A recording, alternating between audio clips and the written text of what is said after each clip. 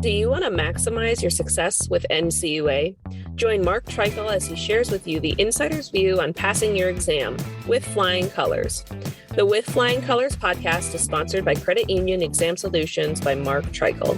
If you would like to work directly with the Credit Union Exam Solutions team and receive support to optimize your results with NCUA so you save time and money, visit us at marktreichel.com to find out more.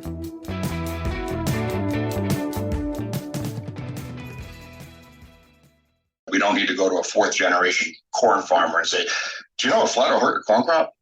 Yeah. That's my view. Hey, everyone. That was Kyle Hauptman, NCUA Board Vice Chair, last week, Thursday, at the NCUA Board meeting, where the board voted on a request for information and comment on climate-related financial risk. And that, to me, was one of the highlights. And this podcast is going to be about the board's positions on this.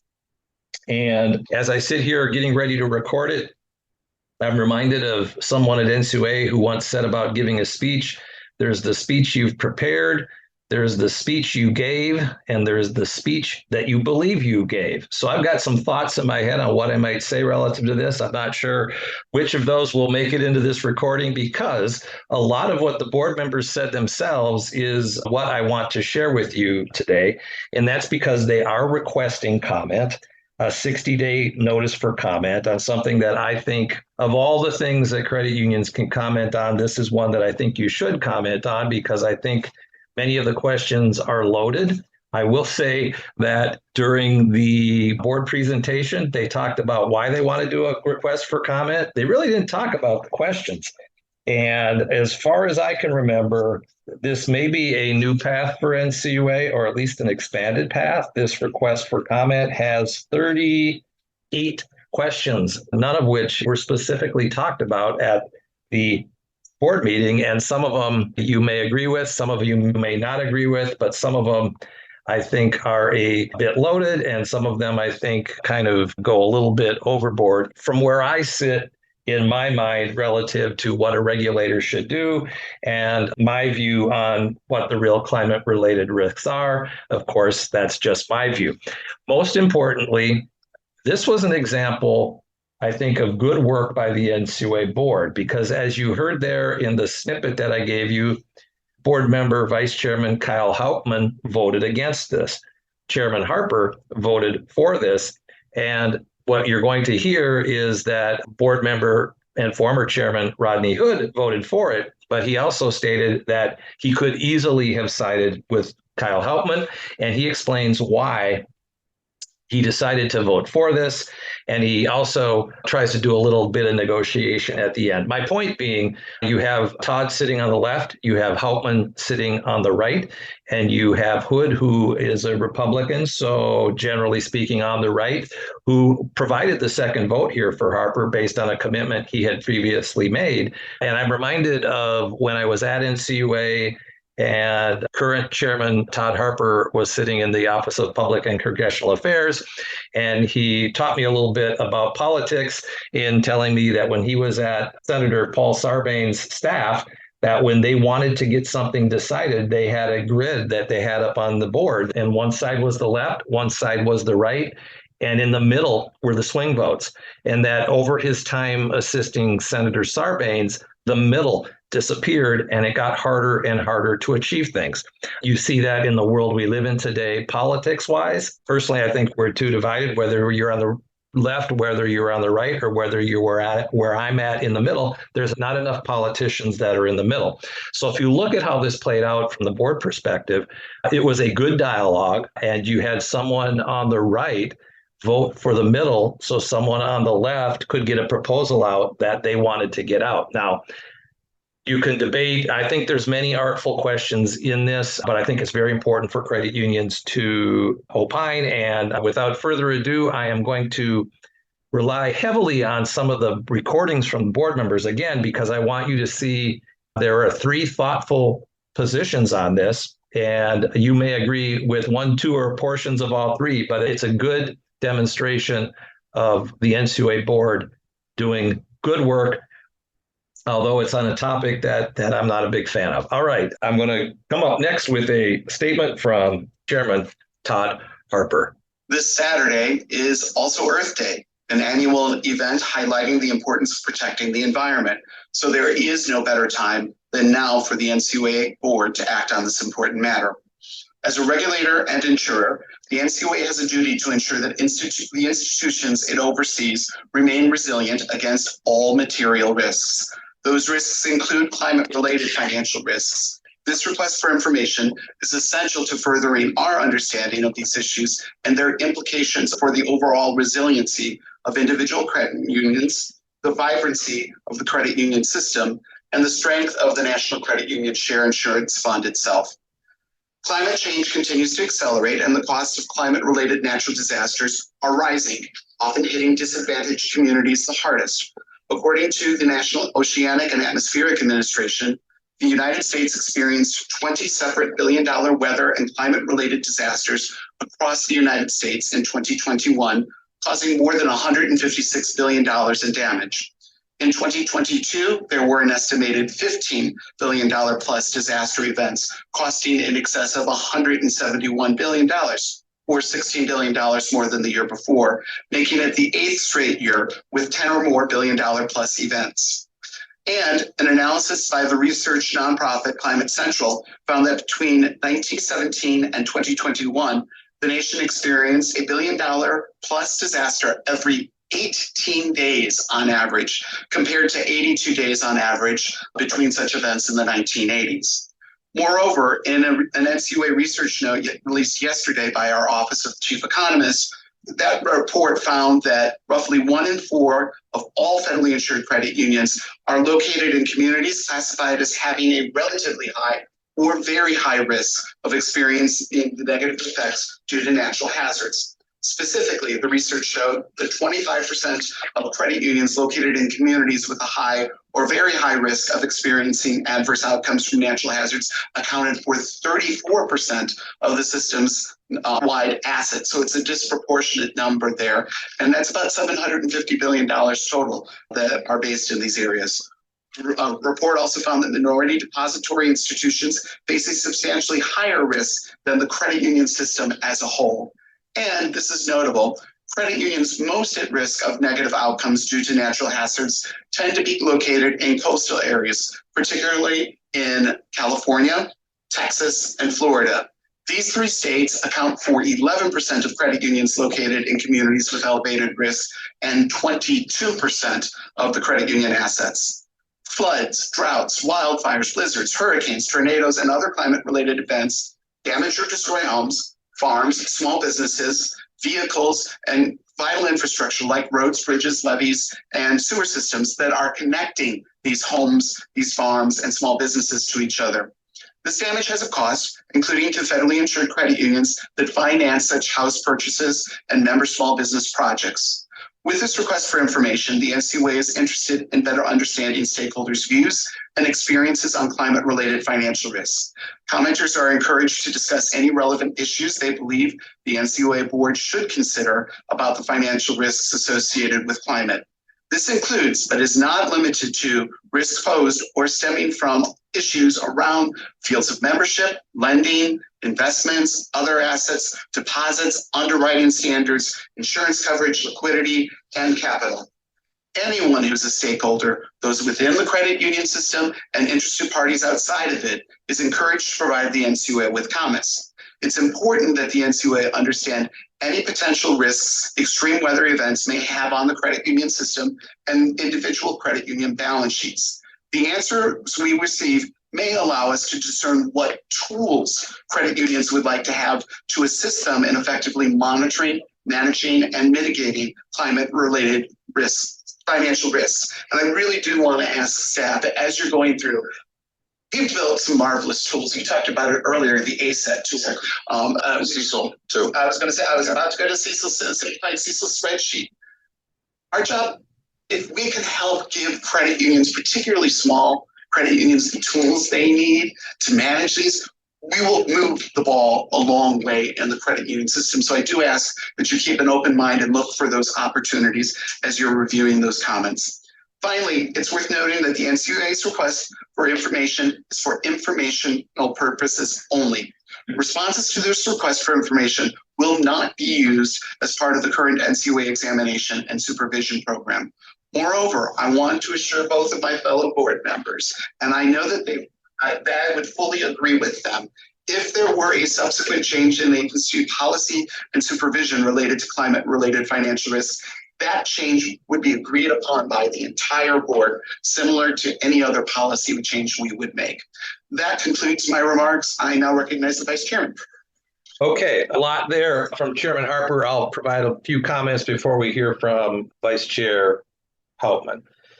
So Todd referenced all material risks, that they're responsible for making sure that NCUA considers all of those. This request for comment is implying that climate change is a material risk. I'm not necessarily certain that I would agree with that, but the fact that they're asking questions, I think, could be viewed as good. But give an inch and they may take a foot. I think ultimately when Todd gets a second board member, that there will be some guidance, there will be some policy, there will be some regulation. Chairman Harper mentioned that before there was a change, it would be agreed upon by this entire board, which I believe may have been what was promised to board member Hood to get his vote, that it be clarified that this is just a request for information. And while Chairman Harper indicated that a policy would always come towards the board, I don't necessarily agree with that. That may be his that might be what he does as chairman, but the chairman of the board has the ability to issue guidance on his or her own. So a future chairman would be able to, or Chairman Harper would be able to issue supervisory guidance under his signature. Now he can seek the input of the other board members or not, but any guidance that comes out does not necessarily have to come back to the board. I believe he is committing to this group that he would bring it back before he would issue it. And that was probably a deal cut in order to get a second vote to get this out. Why do they want to get it out? A, because Todd believes in it, and B, it's a big thing for the Biden administration. So that's a little bit of the background of the nuts and bolts of it. And next up, we have Vice Chairman Kyle Hauptman. I know it's a lot of effort to put the RFI together, deciding on the 38 questions. I understand why Chairman Harper convened that working group on climate financial risk. I understand why an insurer like NCUA would examine this very important topic. Natural disasters and massive damage associated with them happens every year. I grew up in two places. Both of them are islands in the Atlantic Ocean. The reason I lived in those two places is my dad's 30 years in the National Park Service. One was a national park, one was a national seashore. We talked about that. In his efforts to preserve the national seashore in particular, which got pummeled routinely by hurricanes northeast, physically changed the shape of the island, is to do his job of preserving the national seashore for the American public, to protect the natural environment, and to reduce the loss, damage to property, and loss of life. One of his biggest obstacles to do those things were government policies, including federal government policies. I'll get to that in a second. So I also know that today's vote is technically just about NCUA publishing a request for information. RFIs are a good faith method to gather information that may or may not even result in any concrete actions. In fact, other agencies have put out similar RFIs that as of now have not resulted in any action. So I get it. This RFI may not result in any action at all, much less anything harmful. I can even think of some narrowly targeted positive results, such as what he mentioned, sir, the new business of charging stations at gas stations. I guess they're quite expensive, right? You said $4,000. They can range up to about $8,000. Yeah. So the gas station obviously wants to get all the cars stopping there and buying overpriced Doritos and stuff at the store. So the charging stations are expensive. So there's a new business that didn't exist. Might be a loan for an EV charging station. That did not exist. And places like California may be more common. And I know if I was an examiner, I would be more comfortable if I understood the new terminology and new financial products and new business lines. And I'd also be more comfortable knowing that other examiners are dealing with the same thing at other credit unions. We had a situation where one of my pet interests in blockchain technology, digital assets, state charter credit union raised some eyebrows with some of the things they were doing. Our people went there. The state regulator was in the room, learned about what the CEO was doing. And I personally, she's very on top of it, in my opinion. And they said, whoa, okay, not only is this not a concern, this is very interesting stuff. It's you're doing things that are faster, better, cheaper, more secure. But CEO, can you help us train other people? Because there are probably other credit unions, who are not as forward-looking as her. This is going to come up, right? I get it 100%. I just want to be very clear about that. I'm here to state that the RFI might wind up being beneficial for all parties, credit unions, us. Essentially, I think there's some ways this can go well, but also quite a few ways this can unintentionally wind up doing harm to both the share insurance fund and credit union members. I'm referring to the broader effort, not necessarily the RFI itself. I'm going to vote no for the following reasons. One, those closest to these natural disasters and changing markets are best positioned to understand and manage those risks. We in the DC area don't need to tell folks in Puerto Rico that they get hurricanes. We've already had situations where, let's say, a credit union, Puerto Rico, for example, credit union is deciding on a loan to a member affected by a natural disaster. And the credit union employees themselves, CEO and lending officer, lost their homes in a natural disaster. And the office they're meeting in, the credit union office, was also rendered uninhabitable for a period of time. I feel that the people in that room have a better understanding than those of us in this room. Two, I have four, by the way. The history of unintended consequences of government interference in private markets. It so happens, there's an easy example here, National Flood Insurance Program.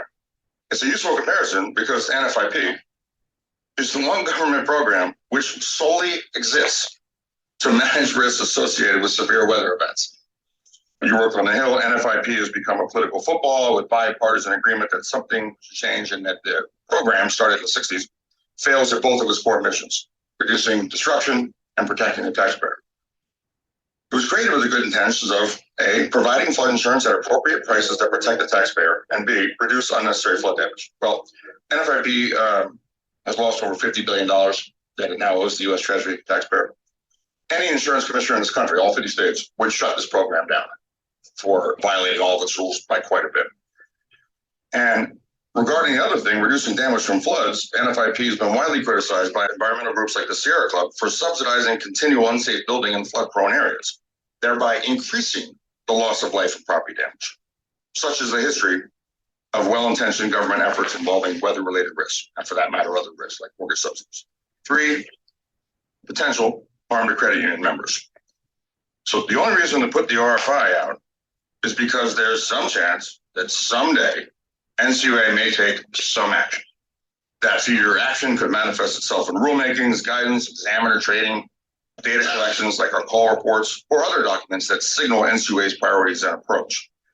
That could be our strategic plan, our supervisory priorities, our pre-exam questionnaires for credit unions, call reports. All of these things communicate NCUA priorities and can influence behavior. Thus, any change in any of those communications can have the potential to nudge credit unions towards or away from certain behaviors that may not be in their members' best interests. Let's say the local oil refinery expands, and the local credit union has the opportunity to expand membership and lending activity that is indirectly related to the oil and gas business. So this is a good news scenario. The bad news would be shut down and the town's in trouble. This is a good news scenario. They're increasing employment. You can foresee a scenario where NCUA's words might give that credit union pause about increased exposure, even indirectly, to the fossil fuel industry. We talk about diversifying filtered memberships so you're not as dependent. This would be the other way around. You come back for your exam the next year and have more exposure for oil and gas indirectly. That NCUA clause reticence could result in harm to those potential new members and to the credit union's finances. Again, it's hypothetical, but I'm just elucidating my apprehension about what might happen in the future. Also, like auto loans, today's RFI mentions the risks related to shift from gasoline-powered vehicles to electric and hybrids. Sure. I worry we might, in theory, ask credit unions for data on the share of their auto lending that's for electric and hybrids. Someone out there might feel this is a nudge, indicating a shift towards those type of vehicles, hybrids and electric, is the better answer, the easier answer, the one that makes your exam go a little quicker. We all know questions where someone's just asking questions, but there's right answers and wrong answers. People want to get the examiner's head nodding, and they get an impression. Meanwhile, these credit unions live and breathe the auto lending market. It's 35% of all $2 trillion assets in all credit unions. This could result, our efforts, our wording, what we ask for, what we don't ask for, could result in tweaks to loan pricing that make some vehicles more desirable than others. That sort of nudge would interfere with the credit union's ability to price risk in the markets they know best, and perhaps give a credit union member a less favorable deal than they otherwise might have gotten. And fourth and lastly, all these important issues we're talking about have existing work streams. They deal with climate-related disasters all the time. Farmers have bad crops. There's flooding. And NCUA involvement could dull the market signals that make those work streams fund well. Credit unions are already watching land prices in flood-prone areas. They're watching the constantly shifting insurance markets for homes and vehicles. NCUA already has sensible concentration limits and other regulations. And of course, there's a lot of entities out there who write checks before NCUA's deposit insurance kicks in. We don't insure homes in flood-prone area. We don't insure vehicles there. We insure the deposits. And obviously there's a connection there, which is why we're talking about this. But there's a lot of Fannie Mae, Freddie Mac, crop insurance, homeowners insurance, property casualties, a lot of people writing checks who are focused on these things. So there's a potential here to view climate as a separate work stream or an area of regulatory focus that could interfere with the existing process. Some public officials have explicitly said that they would like to have a separate part of the exam that's just on climate, even though I think all of those things, while changing, are embedded in other things. We have camels, 6 letters. Some people want to be camels, climate to be one of them. Okay, and he's about to ask staff who's better to answer questions about a hurricane in Puerto Rico, the people in Puerto Rico or the people in DC. Staff agrees with him with some caveats, but a couple thoughts. The head nod from the examiner, I totally get what he's saying there. With several of my clients have come up with a statement in my discussions with them, go along to get along. Every time NCUA opens their mouth in exam, you have to decide if you're going to agree and do what they're suggesting, disagree and argue with them, or be neutral and try and not commit. And the fact is, NCUA starts asking questions about this. They start gathering data like Board Member Hauptman suggests of an electric or a hybrid or a regular automobile. It's starting to imply something. So that goes along with what I said on the front end. You give an inch, they're going to take a foot. So the fact that you got these questions out there is going to lead to something. I don't necessarily think that something needs to happen. And he talks about unintended consequences. I think there will, at some juncture, be some consequences tied to this. Maybe intentional, maybe unintentional. A couple other things he mentioned is someday NCUA may take action. He mentioned there are people who believe that camels should talk about climate. No way, no how will that happen, in my opinion. It won't go that far, but will there be guidance someday? I believe that there will, probably before Chairman Harper's term is up, which is why he needs to get this first step taken. Lastly, as I'm listening to this, I think ultimately there's a conclusion that's been made, and the way this is written is that there is climate change, which, depending on which side you believe, is debatable. But you could argue that this is a conclusion in support of facts. They need the facts. They need to get input so that they can look at that input on the questions that they ask, which are also, in my opinion, a little biased. They're good questions, but if you ask the wrong question, you're going to get the wrong answer. Could this be a situation where this is conclusion looking for facts, which is something that happens in government a lot? You talk about unconscious bias. You could have unconscious bias as it relates to climate change. Either you believe in it or you don't believe in it from where you sit personally, professionally, or from a political spectrum. And so this will get influenced. And while it's just a first step, and while the board will have to act down the road based on Chairman Harper's commitment to that, this is a first step towards something. All right, I am going to now jump to the next statement from a board member, Rodney Hood. I must say that I certainly believe that climate change is in fact an important issue, but as of now, my view is that credit unions know best how to manage and mitigate the risk in their respective communities and not, quite frankly, the NCUA. It is, however, worth noting that the RFI before today does not change any NCUA policy or supervision for climate change. Changing policy will require future board action, as the chairman just enunciated. However, nothing I will say today should constrain me or, quite frankly, lock me into a position one way or another for future action regarding climate change. I'm indeed open to studying this issue more and would like to see the best public policy option prevail. When it comes to future specific action, however, I'd like to see this board adjust the loan maturities for solar loans to 25 years. Current regulations make it hard for credit unions to compete in this dynamic market because of our existing regulations that limit the maturity for solar loans to 15 years. That's just one example. As many of you may know, I am from North Carolina, where I grew up and still like calling it home. It's also where I began my professional career almost 3 decades ago, working in commercial lending and community reinvestment, urban renewal, and all those types of things we called it then. A lot of that work focused on affordable housing, small business, substantial outreach to marginalized, low to moderate income communities. I don't think anyone called it stakeholder capitalism back then, but it's essentially what we were focused on then. We were focused on sustainability and impact, issues that are at the center of our discussion today on RFI, so on climate. So you could say that I've been intensely involved in one way or another in the world of stakeholder capitalism from the start of my career. From that standpoint, I've watched as these ideas have spread more widely within the larger business world. I continue to be a strong supporter of the key tenets of stakeholder capitalism, including diversity, equity, and inclusion initiatives, and ESG goals. And I continue to make the case for these practices because I believe they're the right thing to do, and I believe they're good for business and society. But in my position as a financial services industry regulator, I prefer the go slow approach. And I've sought to encourage these practices without being heavy-handed about it.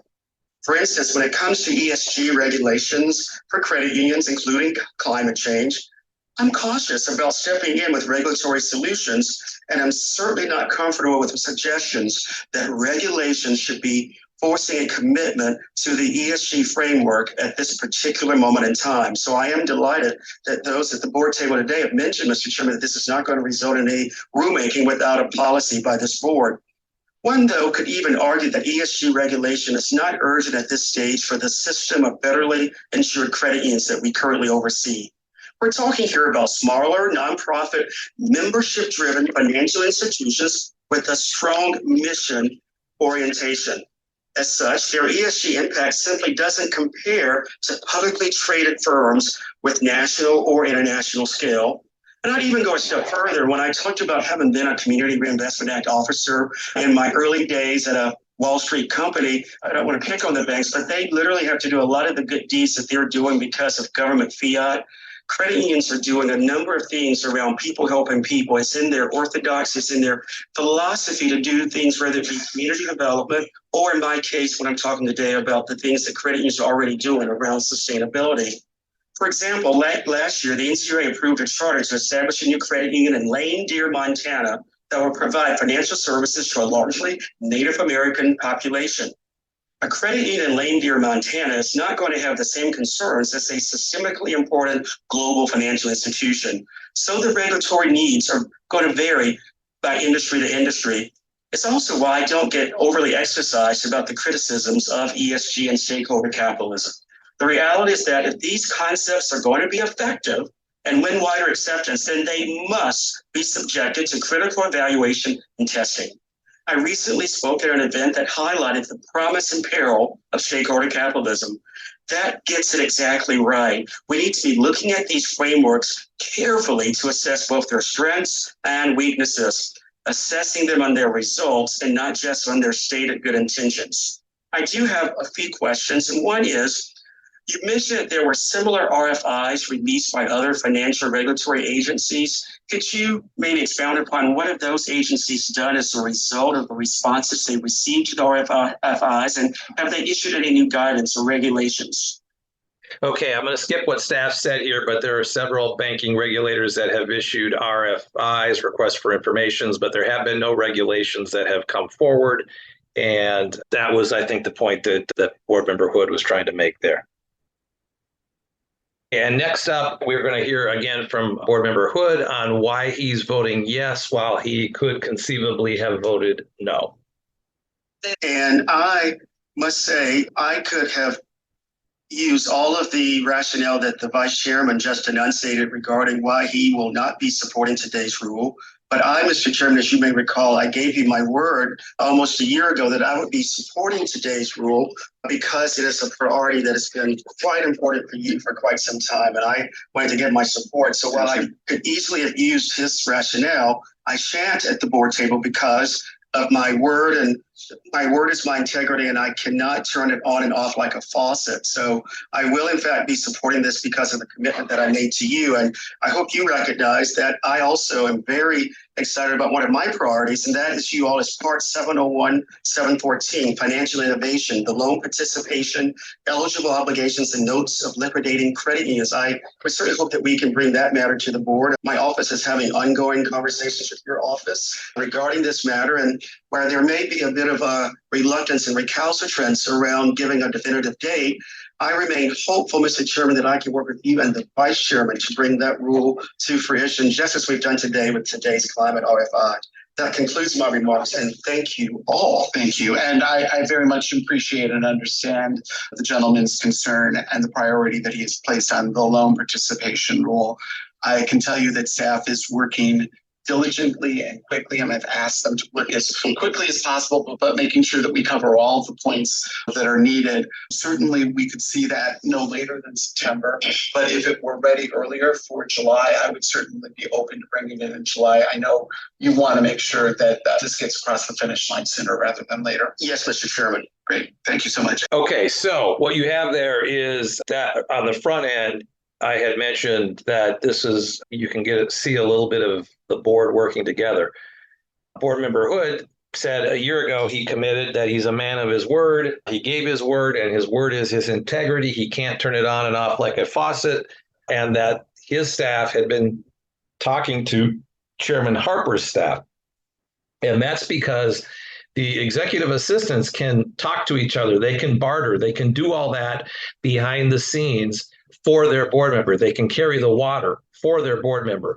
But if the board wants to deliberate, it has to be done in the sunshine. It has to be done at this board meeting, or it can be done by notation vote, but it has to be done by a board action where all three board members have the opportunity to make their statements in public, force an item to be public, because notation votes can only be done notation votes if all three board members are okay with something being a notation vote. But that's a story for another day.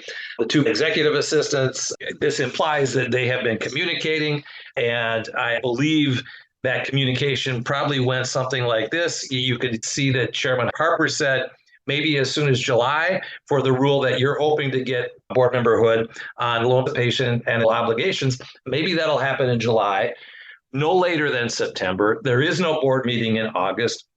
So to me, that's probably what was being debated at the staff level. Can you commit to July to get my vote on this? But to clarify, board member Hood said, I'd already given you my word, but he did then follow that up by making a public statement saying he wants eligible obligations and loan participations done.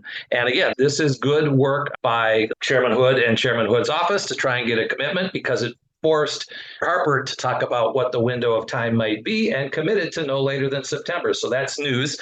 So again, this is good government, the way this has played out. And Hood said that he could have voted no easily, but that he'd given his word and he knows this is important to Harper.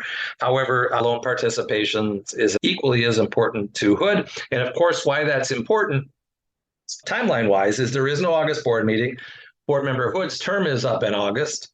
He could decide to walk away at that point. The Biden administration could relieve him of his duties once the term is up, or you could go another year with no changes in the board. So he knows that time is ticking. He knows that this is an important item to him, which is why he was likely trying to get a commitment for July. So they say there's two things you don't want to see made. That's law and sausage.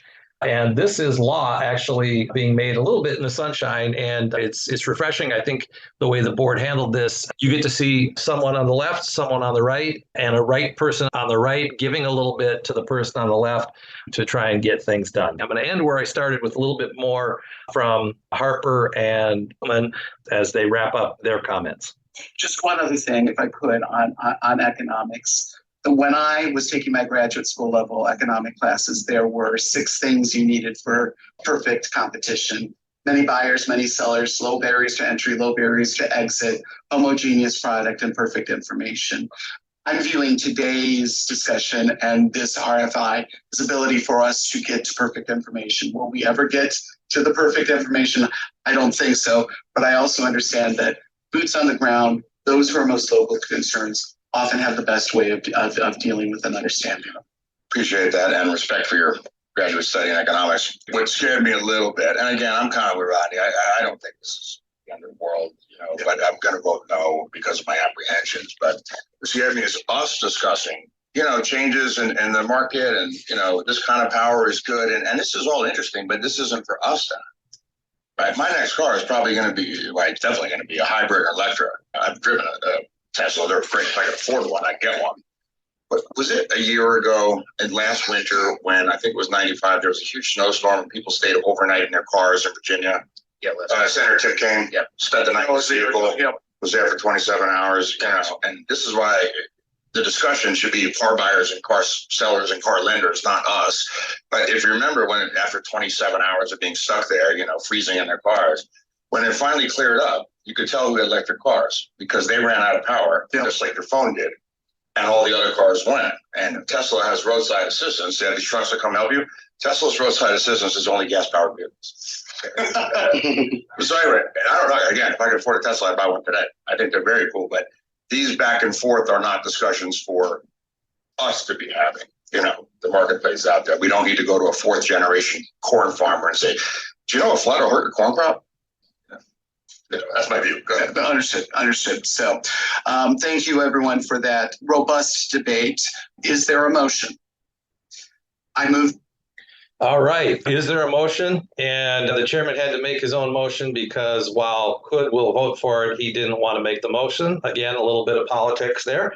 And I tend to agree with what Hauptmann just said there about the question about a flood.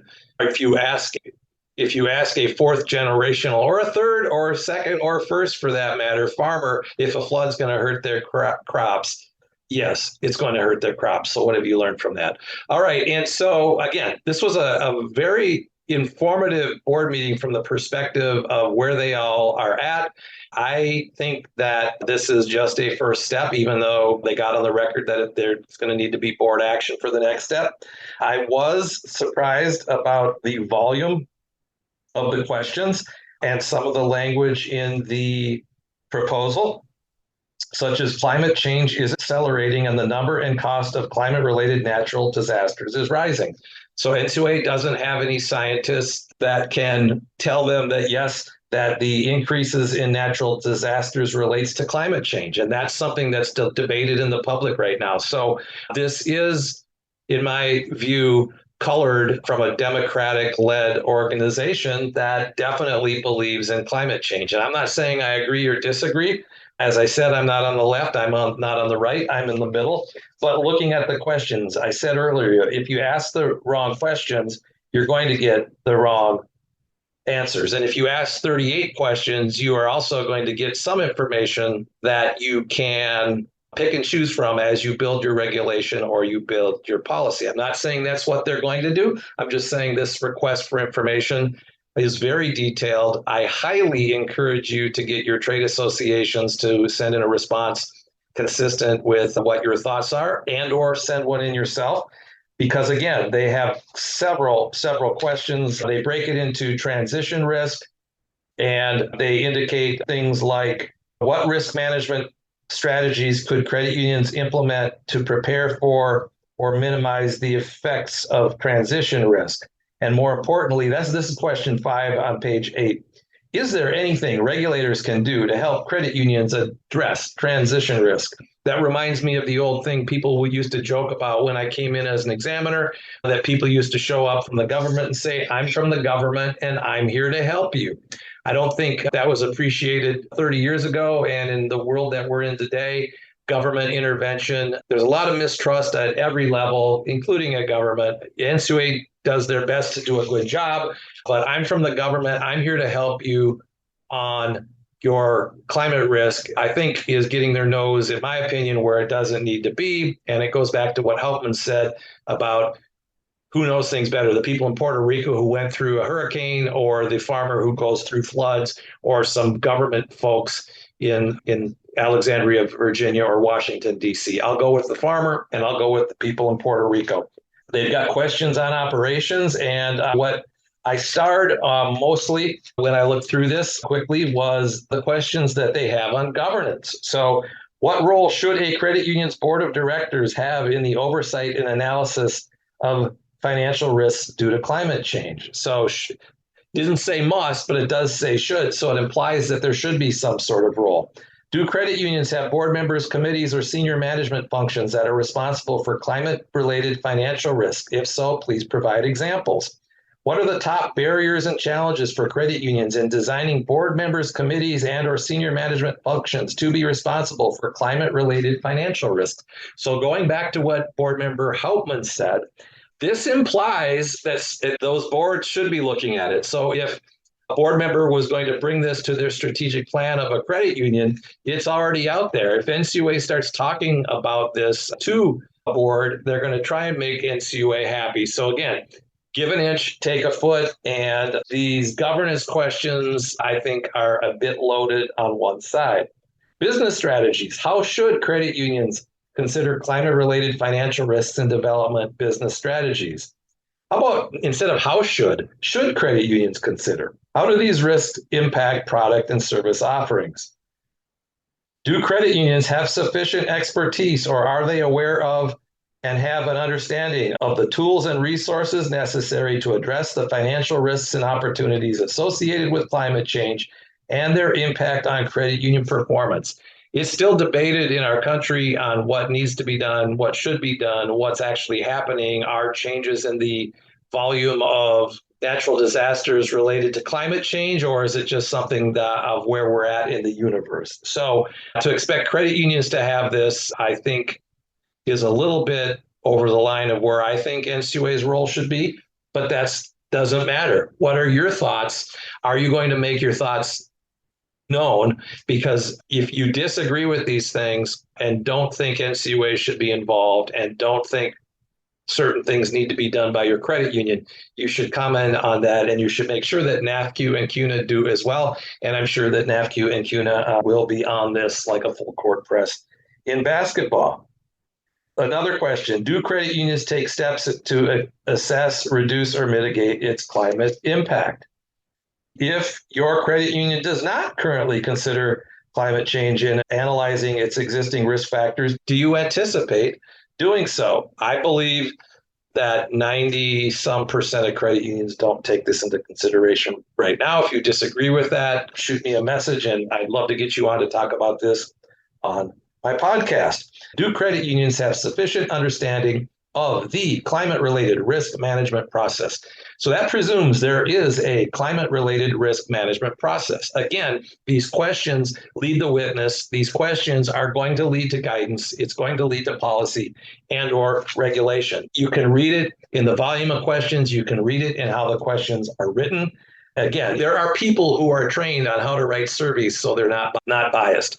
And these questions, in my opinion, are biased towards leading to answers that will support regulations, that will support guidance. Again, that's just my take.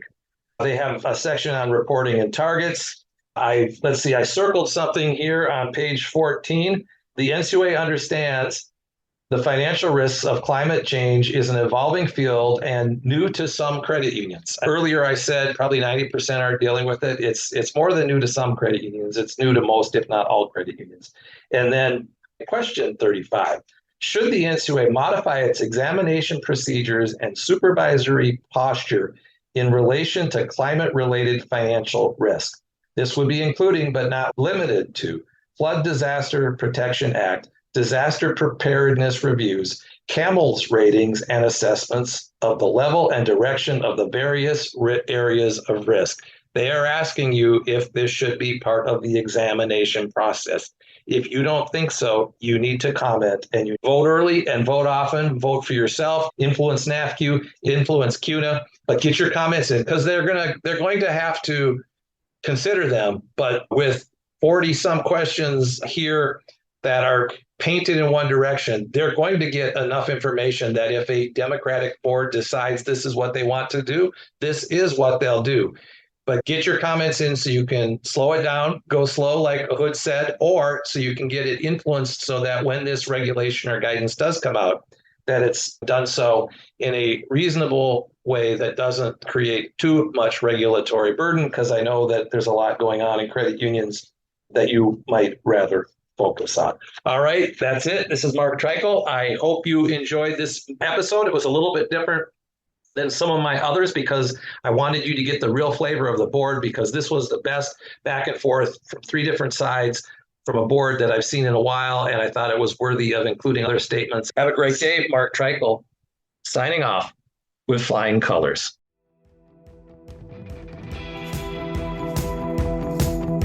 Thank you for joining us on this episode of With Flying Colors.